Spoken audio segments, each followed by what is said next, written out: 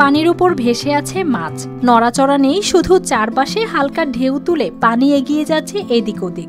আলো পড়ায় হালকা চকচক করছে মাছ। নেত্রকোনার ধনু, সমেম্বরী, উদ্বাখালী, কংস আর মগরা নদীর পাড়ে এমন দৃশ্য প্রায় দেখা যায়। নিরুত্তাপ, শান্ত আর পুরোটা জুড়ে নিঃশব্দ একটা পরিবেশ। শীত নামলেই পানি কমে আসে আর সেই সঙ্গে জমে ওঠে বড়শি হাতে শৌখিন শিকারীদের ভিড়। আগের মতো মাছ মিলছে না, এটা সবাই জানে। তারপরও শখের টানে পার ছাড়তে পারেন না কেউ। এই নদীতে আসি শখে বসি নিয়ে, কোনোদিন মাছ পাই, কোনোদিন পাই না। এই অবসর সময় বৈশা থাকে আর কি, নদীর পাড়ে বসে। শিকারী বলছেন ৪-৫ বছর আগেও রুই, মৃগেল, কাতল নানা মাছ ধরেই ফিরতেন।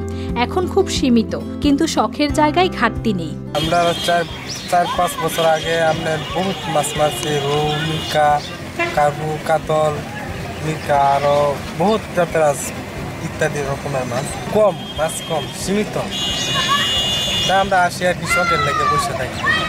কেউ চরকি বড়শিতে পিঁপড়ার ডিম লাগিয়ে বসে আছেন সকাল থেকে সন্ধ্যা। কেউ আবার সিএনজি চালানোর বিরতিতে এসে এক পা গুজে বসে বড়শি ফেলে দেন। কারো ভাগ্যে বড় মাছ, কারো দিনে শুধু অপেক্ষার গল্প।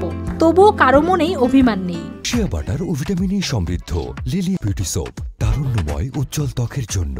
রিমার্ক, আমি সিএনজি চালাই, ফাঁকে মুখে মানে বসে আমার নিশা, এটা মানে মাঝে মাঝে পাই আর মাছ হঠাৎ পাই, কুসো পাই। আজকে ধরুন একটা পাইছি, একটা পল্লা মাছ পাইছি। অন্যজন বলছেন এখানে আসাটা নিজের শান্তি, মাছ পাওয়া না পাওয়া তেমন হিসাব না। আমরা মাছ শখে ধরতে আসি, কোনো সময় পাই, কোনো সময় পাই না। এরপর একটা রং একটা আনন্দ, একটা ফুর্তির মধ্যে পাই।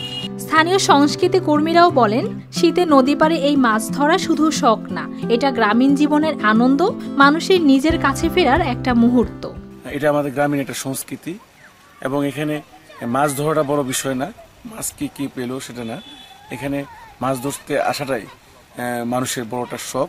এবারে আমাদের সংস্কৃতি এখানে মিশে গেছে এবং শীত আসলেই প্রচুর লোকের সমাগম হয়। শখের মাছের শিকারীরা এখানে শৌখিনভাবে তারা মাছ শিকার করতে আসে। নদীর পাড়ে তাই শীত মানেই বড়শির টুংটাং শব্দ, অপেক্ষা আর এক টুকরো সহজ সুখ।